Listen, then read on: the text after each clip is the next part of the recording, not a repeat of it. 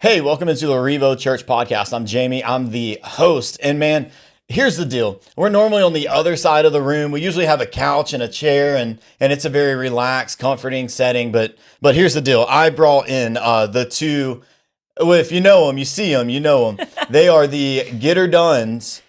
Talk about Larry the Cable Guy, the Getter Duns of REVO Church. That's her. The two that if you have something that needs to be done, I can promise you, they've already have the entire list of how to do it. They are ready to go. They get it rocking and rolling. Man, I'm here with Josh and Amy, the power couple of REVO Church, the squad crew, the people that just, man, y'all just run things, and it's awesome.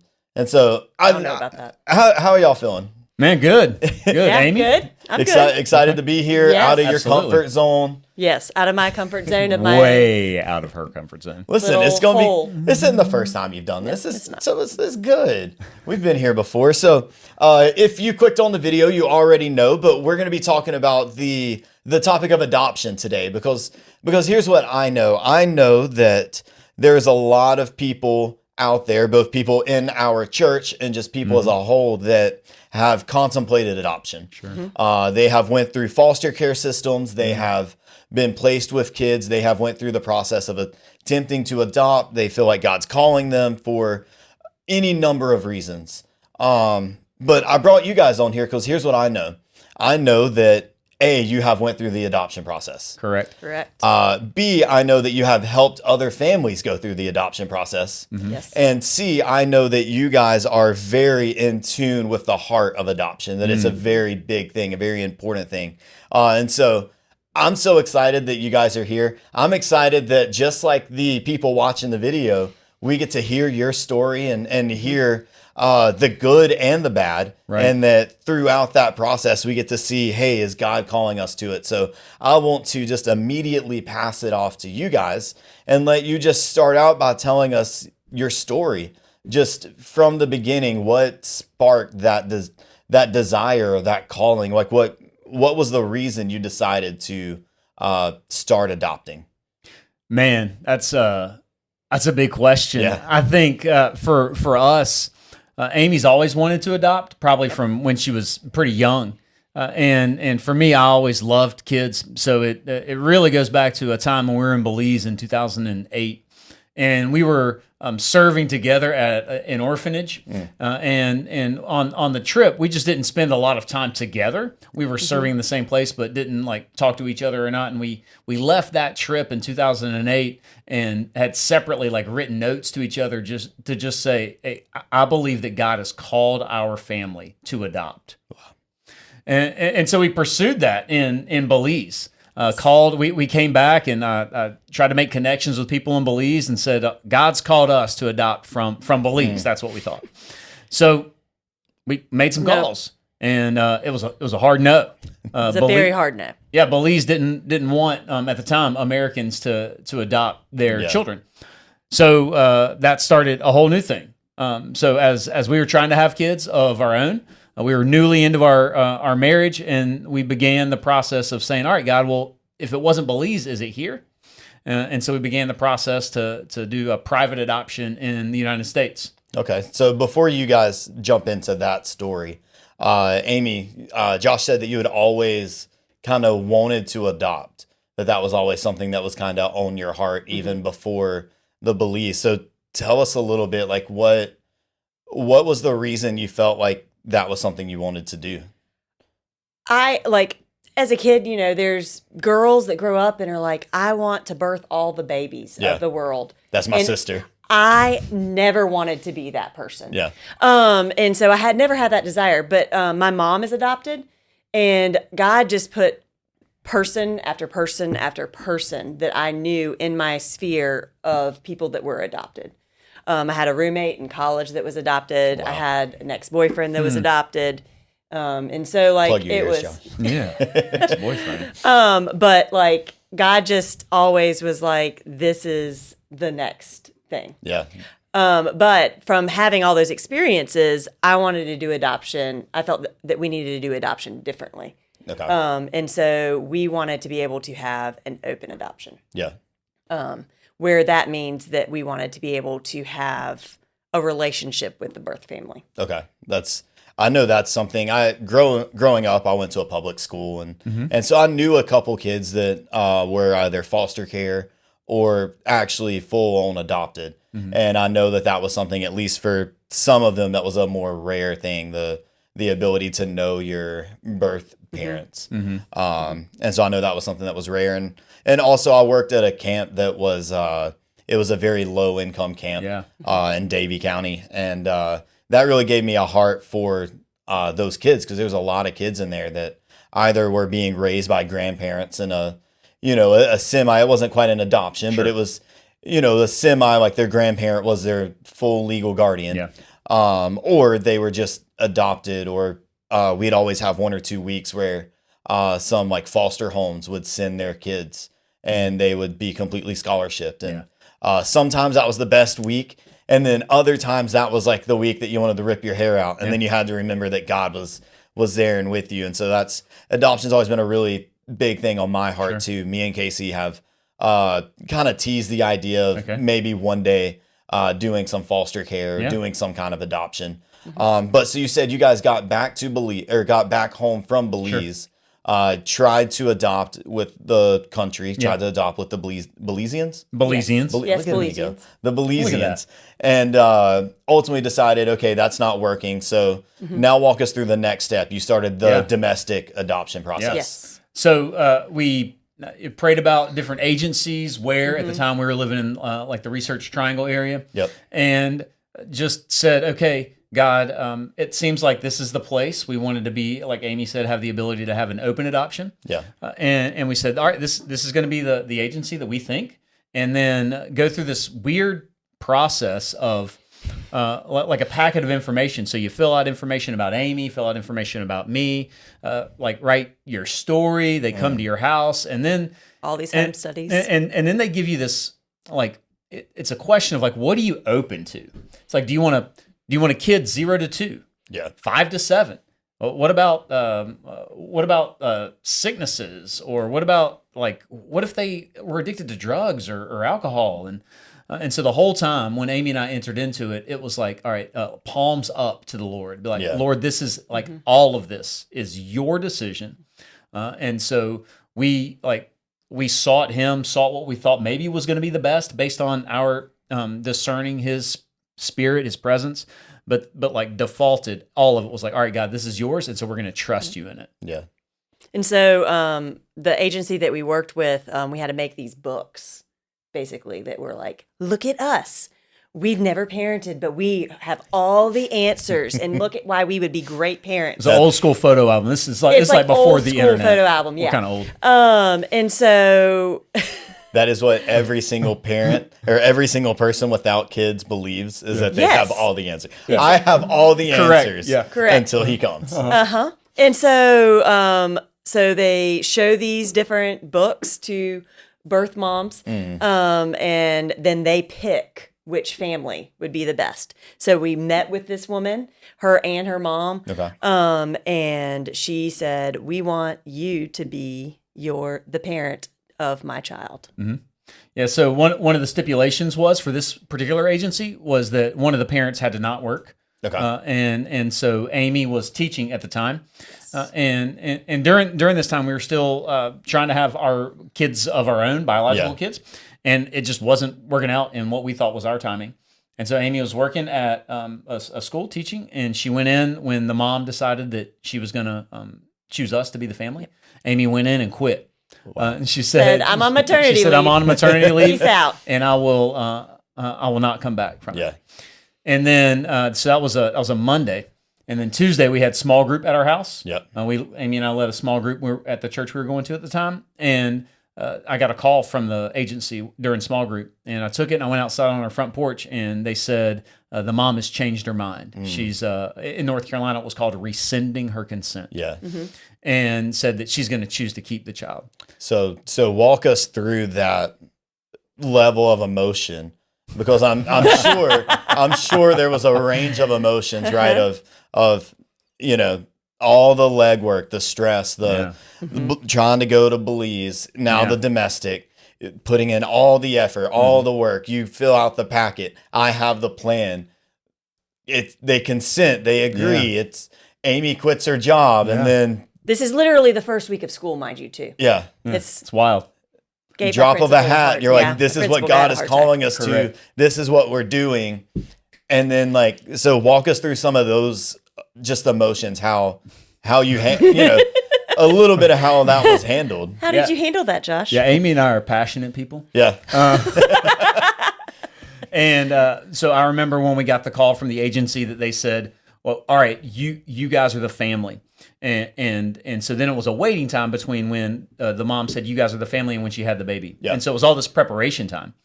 And so it's put the car in the car seat. You've done all this stuff, yeah. right? Right. Put the car in the car seat. Let's wash all the clothes and put them in the nursery. Set up a nursery. Get the bottles, get all the Let's things. buy the crib, get the bottles. Like the whole thing is set up.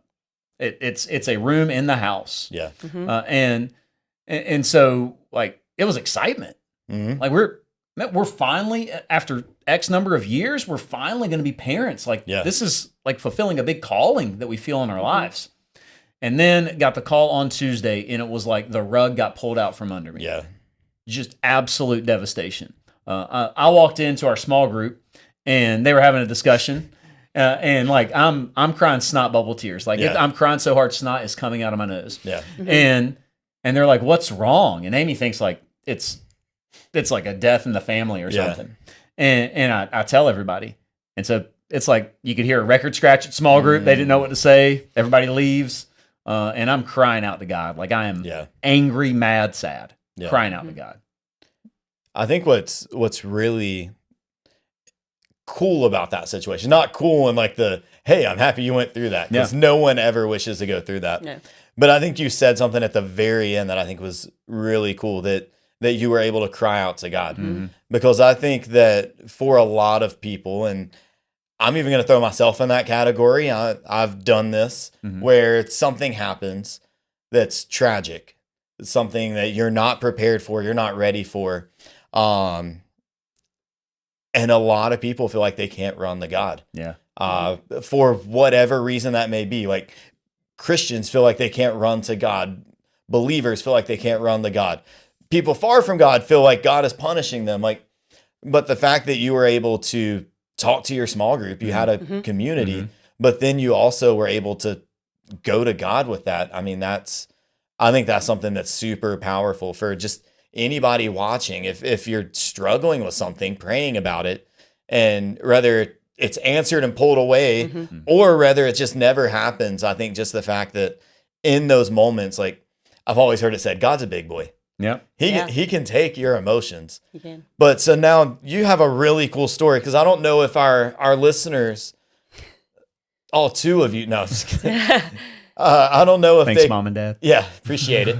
I don't know if y'all caught that or not, but they said this was all while they didn't have kids. Right. While they were, trying to have kids of their own, trying to adopt, don't have kids of your own, thought you were getting one.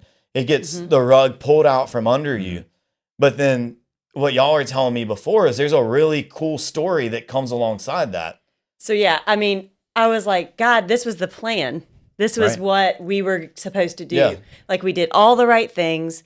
We were faithful. We said it's not in our control. So why did you yank it out? Yeah. And then 3 days later, we found out we were pregnant with Madeline. Yeah. Like how awesome is that? Wild. Right? That God clearly had a plan.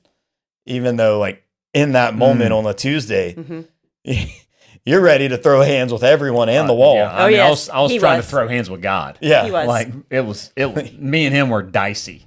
Like, God, you can catch this fist, and I'm gonna catch a leg. We were throwing down. Yeah. And so then that happens. And so now walk us through the next step of your process, because I know you had Madeline and then you haven't adopted yet. So what was the next step in that process? So, I mean, we had Madeline. Yeah. And so we said, okay, God, we still want to adopt. Yeah. Josh worked for a company that had an amazing adoption process. And they adoption benefits.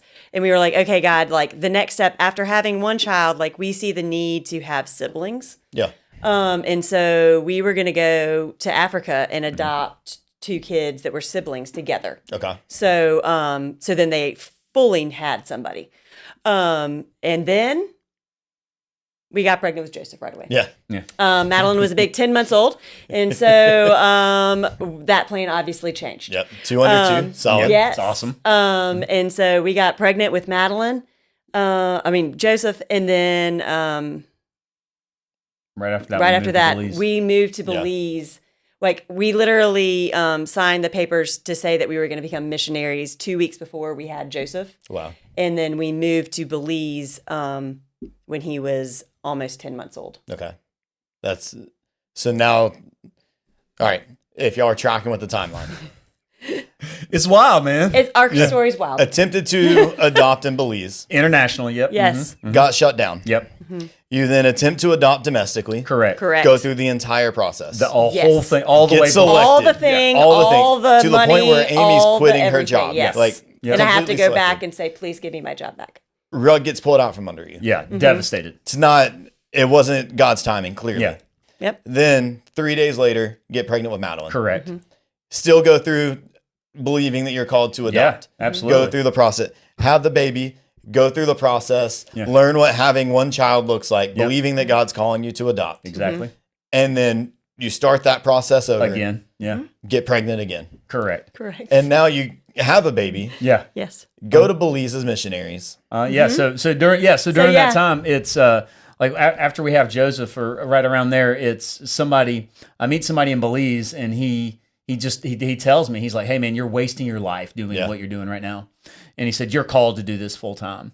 And while I was in Belize that time, Amy was at home pregnant with Joseph and had Madeline, so she couldn't travel at the time.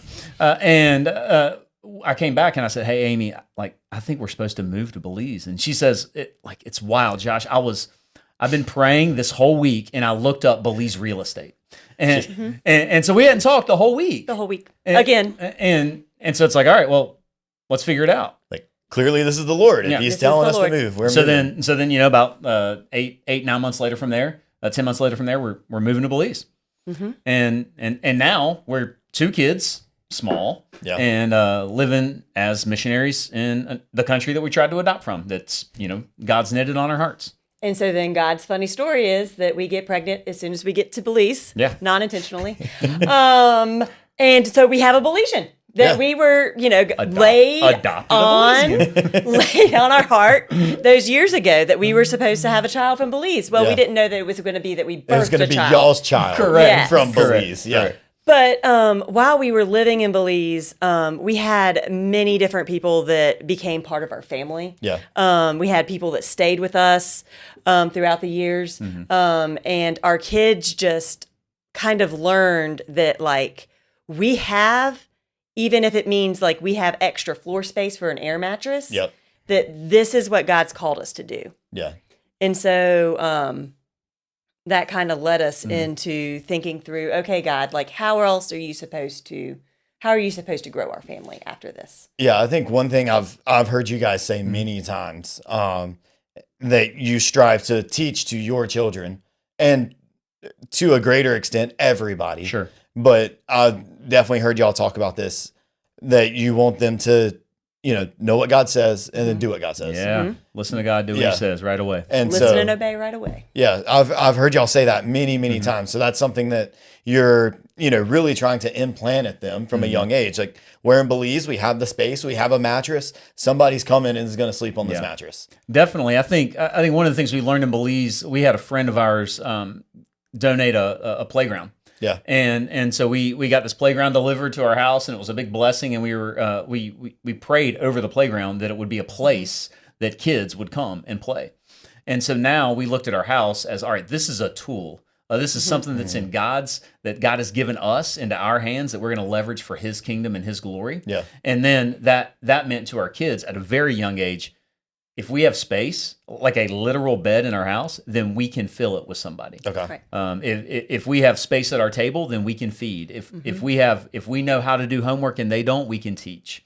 And so that's just part of our family's now value system. Yeah. So now let's fast forward the page a little bit. Yeah. So adoption not happening while you're in Belize. Right. Correct. Spoiler alert, they don't stay missionaries in Belize for the rest of their life. This is not Correct. shot in Belize right now. Yeah, we are not. I would have loved to. I love to travel. Yeah. I would have loved to. This is in Winston. Okay. So we did not travel. Okay. They are not in Belize right now. You get home, Yeah. and then you still start to feel that burden, right? Of God's calling me to adopt. Yeah. So walk us through that next step. You get back from Belize. When did it really start, I guess? So I remember clearly, it started somewhat with the kids. Okay. It started with them asking what Crossnor is. Okay. So we would go to, we knew that we wanted to continue to expand our family. We didn't know how. And so we would drive past Crossnor every time we would go to church. That was when REVO was in the Children's Museum. Yep. And we said, okay, God, like, and the kids said, what is that? Madeline was like, what is that? And I was like, well, it's a home. And I didn't fully understand exactly what it was at the time because we had just moved here. And I was like, well, it's a home where kids have to go because their parents aren't able to take care of them. Okay. And she said, well, like, are you able to have them come into your house? And I said, yes. She said, well, why aren't we doing that? Like, why are we not doing that? Yeah, there was a sign out there that said something about, foster parents needed or something like that. So the questions were, what is that? And so we explained as best you can. Yep. And they said, well, that's us. Yeah. Like the kids are the ones from the back of our car saying, well, like that's our family. Why aren't we doing that? They were like, that's what we did in Belize, right? Yeah, Why aren't we doing it here? Right. And unbeknownst to them, because they're little and they didn't know, Josh was in Nicaragua at the time. And I was obviously still in Winston with the kids. And we were actively praying on what our next steps were going to be. Yeah.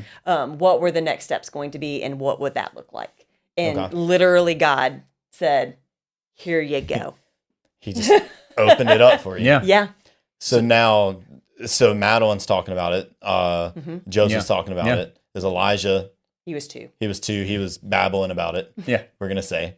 So you have this idea, this process. You have been praying on it now. Yeah.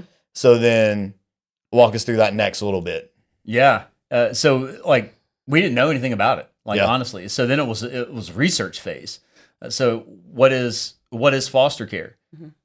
Now I can tell you there's 11,000 kids in North Carolina right now in the foster care system. Yeah. But I didn't know that then.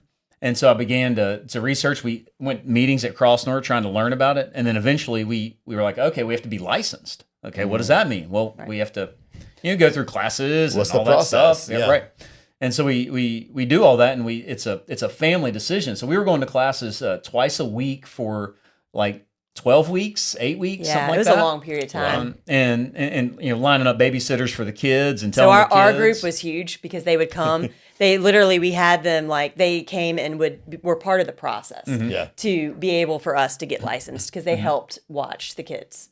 It's very cool. And so we go through the same process again as before. Like, is it a sibling group? Yeah. Is it a kids that what ages, what stages? All of the questions we're answering. And so the whole time we're like, all right, we entered into this process and said in the beginning, like, hey, we want to foster to adopt. Like that was our idea.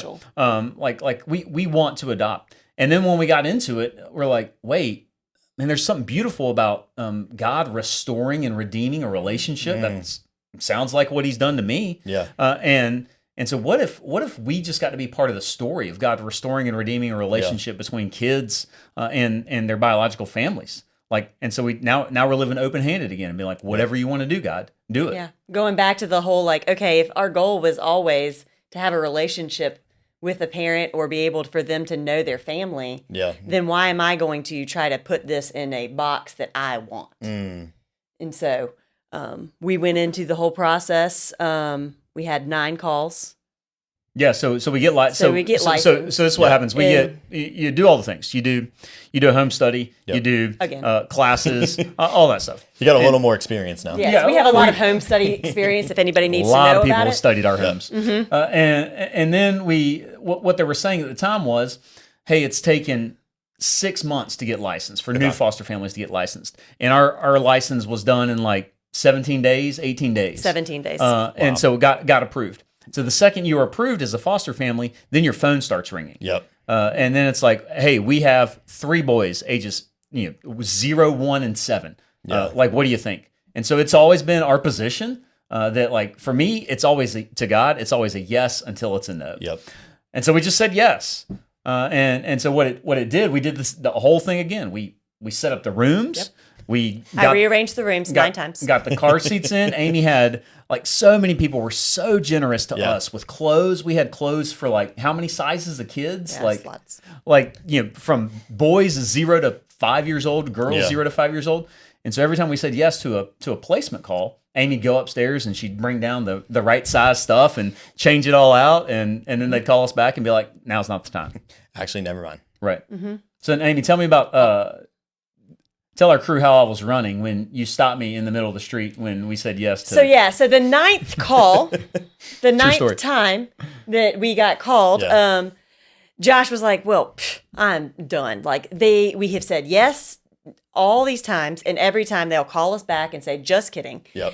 And he went and ran because he was like, I'm sick of sitting around here twiddling my thumbs. Run away from it. And I'm like, great, where are you? And I'm standing at the end of the driveway. Waving me down, literally. Waving him down, going, they're coming in an hour and a half. Wow. We have 2 girls that are coming, 5 and 2, and we need to be ready. Yeah. We don't have time to cook, like all the things. Like, I have to rearrange all the things again. Yep. And so they came. Yeah. So that was in 2017? Yep. Yes. Right around... it was right when we launched. So we came on staff, and 2 weeks later we got placed with 2 additional children. Wow. That's impressive. Yeah. 3 to 5 kids. 3 to 5 wild. kids. Yep. We said, 3 kids, we got this. Yeah, we know. The jump is going to be not that. There's a fake news. That's fake. I'm sure.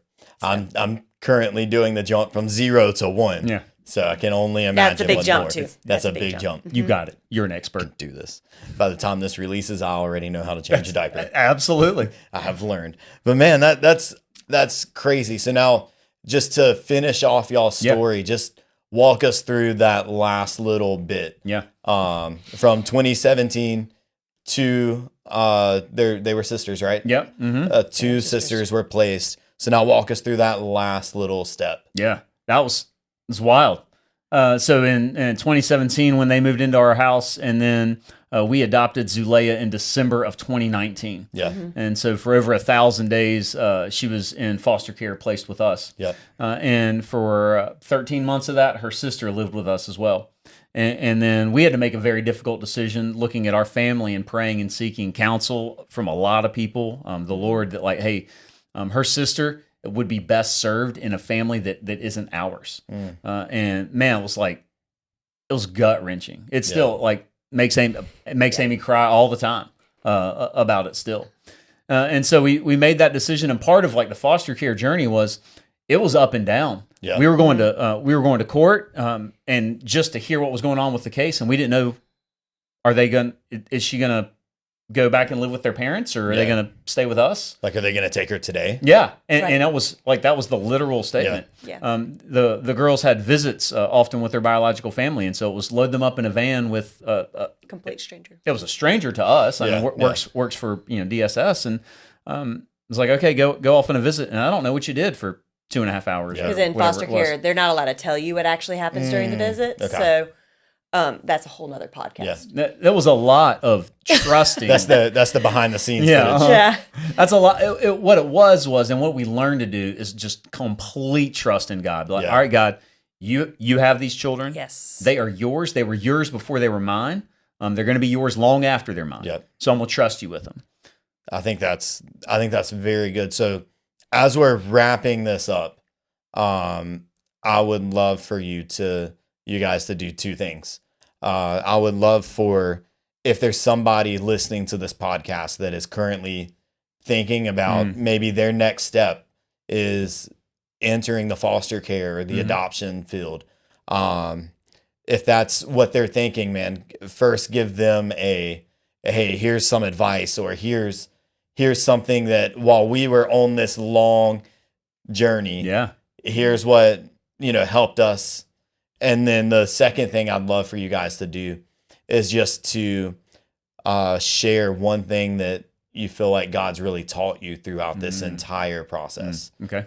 Because I think that's, I think the advice for the people that are, in the beginning or thinking on it, praying on it, I think is super helpful. But then for everybody, maybe they're not in that process. Like I am not in that process, but I can hear your story and I can see how God was moving. And so I think hearing that takeaway of this is how God moved, this is what we've learned in all our time, all this process, I think can be so beneficial. So just hit us with those two things.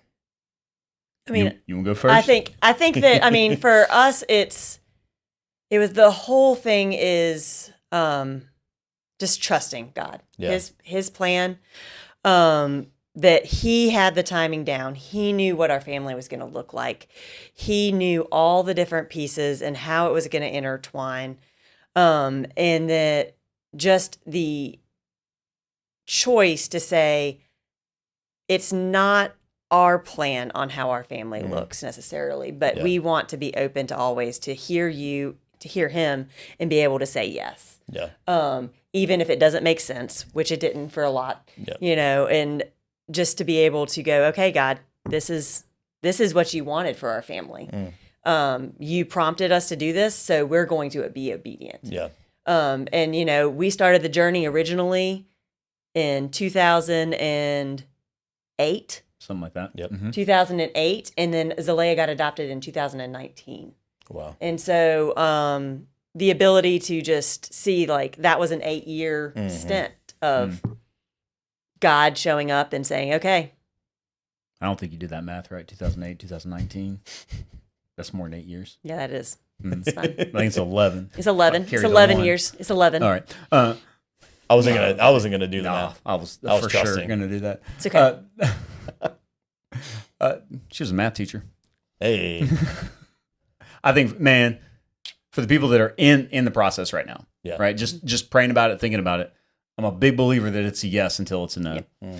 And so seek out counsel, talk to people, talk to organizations, talk to me and Amy. Yeah. Like, we'll tell you, like, our story is to be used by God for people to understand who he is and what he's done in our life, and then hopefully to encourage other people. And so that's one thing. For people that know people that are in that process, man, ways to encourage them, just love them, listen to them, be there for them. There were so many people in our life that especially listened to her as she was trying to figure out how to do hair or struggling with whatever. Like, man, so encouraging to her. Yeah. And then, man, God, like, I agree with Amy, God taught us so much in just trusting him. In the beginning, I think that we started to try and have kids in 2006. We were married for like a hot second, and we're like, let's have kids. And no, you wanted kids, but it's okay. I was married for a hot second. Was like, I want to have kids.